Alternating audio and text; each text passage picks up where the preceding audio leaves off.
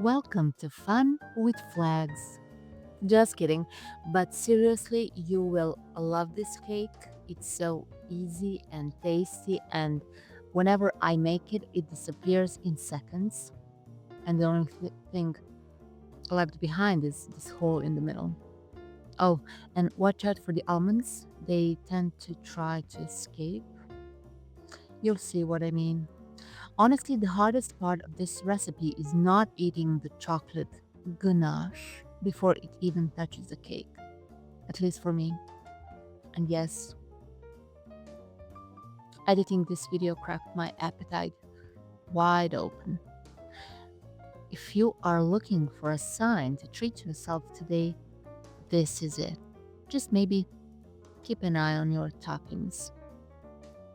Now, if you're going to watch the full video, you are a legend. Thank you.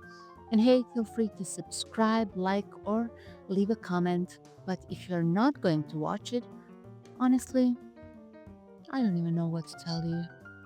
We might have a problem. Anyway, tag someone who needs to make this for you, or just make it yourself and don't share. I won't tell anyone.